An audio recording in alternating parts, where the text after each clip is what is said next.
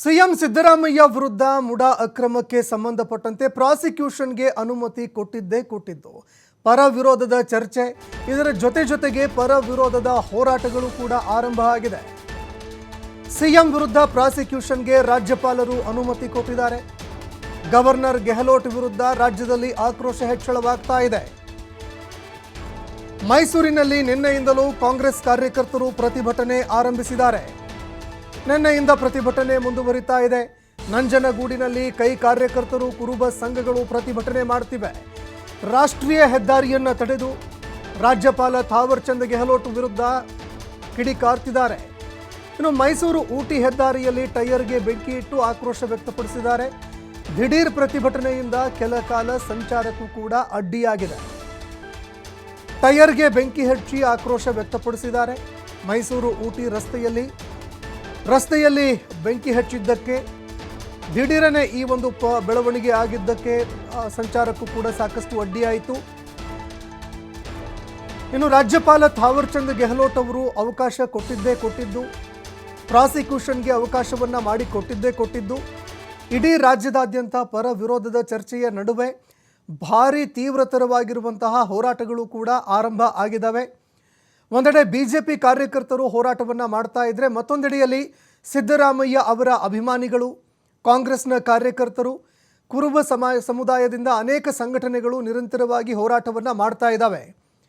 ಈ ಮೂಲಕವಾಗಿ ಕೇಂದ್ರ ಸರ್ಕಾರ, ಅದೇ ರೀತಿಯಾಗಿ ರಾಜ್ಯಪಾಲರ ವಿರುದ್ಧ ಆಕ್ರೋಶವನ್ನು ಹೊರಹಾಕ್ತಾ ಇದ್ದಾರೆ.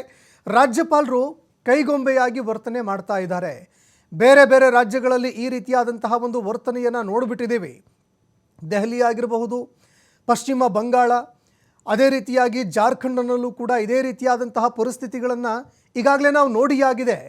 ಅದೇ ರೀತಿಯಾಗಿ ರಾಜ್ಯದಲ್ಲೂ ಕೂಡ ರಾಜ್ಯಪಾಲರು ಇದೀಗ ಅದೇ ರೀತಿಯಾದಂತಹ ವಾತಾವರಣ ನಿರ್ಮಾಣ ಮಾಡೋದಕ್ಕೆ ಅಂತ ಮುಂದಾಗ್ತಾ ಇದ್ದಾರೆ. ಇನ್ನು ರಾಜ್ಯಪಾಲರು ಸಾಂವಿಧಾನಿಕ ಹುದ್ದೆಯಲ್ಲಿ ಇದ್ದು ಈ ರೀತಿಯಾಗಿ ರಾಜಕೀಯ ಕೈಗೊಂಬೆಯಾಗಿ ಕೆಲಸ ಮಾಡ್ತಾ ಇರುವಂಥದ್ದು ಸರಿಯಲ್ಲ ಅಂತ ಇಡೀ ರಾಜ್ಯದಾದ್ಯಂತ ಆಕ್ರೋಶ ವ್ಯಕ್ತವಾಗ್ತಾ ಇದೆ. ಇನ್ನು ಅದೇ ರೀತಿಯಾಗಿ ಇದಕ್ಕೆ ಸಂಬಂಧಪಟ್ಟಂತೆ ಈಗ ಕೋರ್ಟ್ ಮೆಟ್ಟಿಲು ಕೂಡ ಇರಬೇಕಾಗತ್ತೆ. ಘಟನೆಗೆ ಸಂಬಂಧಪಟ್ಟಂತೆ, ಅಂದರೆ ಮುಡಾ ಹಗರಣಕ್ಕೆ ಸಂಬಂಧಪಟ್ಟಂತೆ ಬಹಳಷ್ಟು ಸ್ಟ್ರಾಂಗ್ ಆಗಿರುವಂತಹ ಎವಿಡೆನ್ಸ್ಗಳು, ಅದರಲ್ಲೂ ಮುಖ್ಯಮಂತ್ರಿ ಸಿದ್ದರಾಮಯ್ಯ ಅವರು ಈ ಒಂದು ಹಗರಣದಲ್ಲಿ ಭಾಗಿಯಾಗಿದ್ದಾರೆ, ಅವರು ತಮ್ಮ ಸ್ಥಾನವನ್ನು ದುರ್ಬಳಕೆ ಮಾಡಿಕೊಂಡಿದ್ದಾರೆ ಅನ್ನುವಂಥದ್ದನ್ನು ಸಾಬೀತುಪಡಿಸಬೇಕಾಗತ್ತೆ. ಇನ್ನು ಮತ್ತೊಂದೆಡೆಯಲ್ಲಿ ಇಡೀ ರಾಜ್ಯದಾದ್ಯಂತ ಹೋರಾಟ ಮಾಡೋದಕ್ಕೆ ಅಂತ ಕಾಂಗ್ರೆಸ್ನ ಕಾರ್ಯಕರ್ತರು, ಸಿದ್ದರಾಮಯ್ಯ ಅವರ ಅಭಿಮಾನಿ ಬಳಗ, ಅದೇ ರೀತಿಯಾಗಿ ಕುರುಬ ಸಮುದಾಯಗಳು ಇದೀಗ ಕೇಂದ್ರ ಹಾಗೂ ರಾಜ್ಯ ಸರ್ಕಾರದ ರಾಜ್ಯಪಾಲರ ವಿರುದ್ಧ ಹೋರಾಟ ಮಾಡೋದಕ್ಕೆ ಅಂತ ಅಣಿ ಆಗ್ತಾ ಇದ್ದಾವೆ. ಇದು ಮೈಸೂರಿನಲ್ಲಿ ನಡೆದಿರುವಂತಹ ಹೋರಾಟ ದೃಶ್ಯಾವಳಿಯಲ್ಲಿ ನೋಡ್ತಾ ಇದ್ದೀರಿ. ಹೆದ್ದಾರಿಯನ್ನು ತಡೆದು ಆಕ್ರೋಶ ಹೊರಹಾಕಿದ್ದಾರೆ. ಮಾನವ ಸರಪಳಿಯನ್ನು ಕೂಡ ನಿರ್ಮಾಣ ಮಾಡಿದರು. ಮಾನವ ಸರಪಳಿಯನ್ನು ನಿರ್ಮಿಸಿ ಬೆಂಕಿ ಹಚ್ಚಿದ್ದಾರೆ ಟೈರ್ಗೆ. ಇನ್ನು ಏಕಾಏಕಿಯಾಗಿ ಈ ರೀತಿಯಾಗಿ ಒಂದು ಪ್ರತಿಭಟನೆ ಮಾಡಿದ್ದಕ್ಕೆ ಸಂಚಾರಕ್ಕೂ ಕೂಡ ಸಾಕಷ್ಟು ತೊಂದರೆ ಆಯಿತು. ಕೇಂದ್ರ ಸರ್ಕಾರಕ್ಕೆ ಹಾಗೂ ರಾಜ್ಯಪಾಲರಿಗೆ ಎಚ್ಚರಿಕೆ ಕೊಡುವಂತಹ ಕೆಲಸವನ್ನು ಕಾಂಗ್ರೆಸ್ನ ಕಾರ್ಯಕರ್ತರು ಮಾಡಿದ್ದಾರೆ.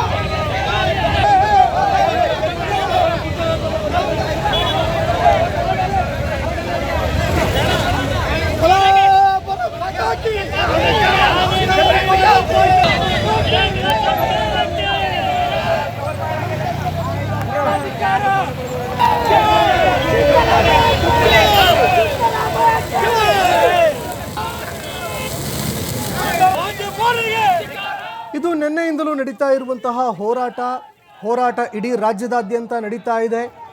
ಇದು ಮೈಸೂರಿನಲ್ಲಿ ನಡೀತಾ ಇರುವಂತಹ ಹೋರಾಟದ ತೀವ್ರತೆಯನ್ನು ಕೂಡ ನೀವು ಗಮನಿಸ್ತಾ ಇದ್ದೀರಿ. ಇನ್ನು ಹೋರಾಟ ಮತ್ತೆ ಮುಂದುವರಿಯುವಂತಹ ಸಾಧ್ಯತೆಗಳು ಹೆಚ್ಚಳವಾಗಿ ಕಂಡು ಬರ್ತಾ ಇದೆ. ಸಿಎಂ ಸಿದ್ದರಾಮಯ್ಯ ವಿರುದ್ಧ ಪ್ರಾಸಿಕ್ಯೂಷನ್ಗೆ ಅನುಮತಿ ಕೊಟ್ಟಿದ್ದಕ್ಕೆ ಆರಂಭ ಆಗಿರುವಂತಹ ಹೋರಾಟ ಇದು. ಒಂದೆಡೆ ಬಿಜೆಪಿ ಕಾರ್ಯಕರ್ತರು ಕೂಡ ಇಡೀ ರಾಜ್ಯದಾದ್ಯಂತ ಹೋರಾಟ ಮಾಡೋದಕ್ಕೆ ಅಂತ ಅಣಿ ಆಗ್ತಾ ಇದ್ದಾರೆ.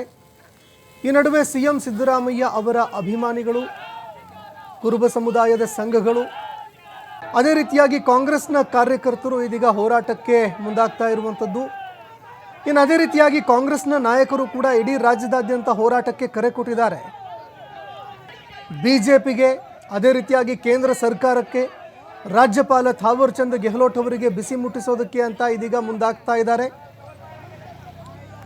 ಇನ್ನಿದು ಮುಂದೆ ಯಾವ ಹಂತಕ್ಕೆ ತಲುಪುತ್ತೆ ಅನ್ನುವಂಥದ್ದನ್ನು ಕೂಡ ಕಾದು ನೋಡಬೇಕಾಗತ್ತೆ. ಯಾಕಂದರೆ ಇದೊಂದು ರಾಜಕೀಯ ಸಂಘರ್ಷವಾಗಿ ಮಾರ್ಪಡುವಂತಹ ಸಾಧ್ಯತೆಗಳು ಎಲ್ಲವೂ ಕೂಡ ಈಗ ಗೋಚರಿಸ್ತಾ ಇದೆ.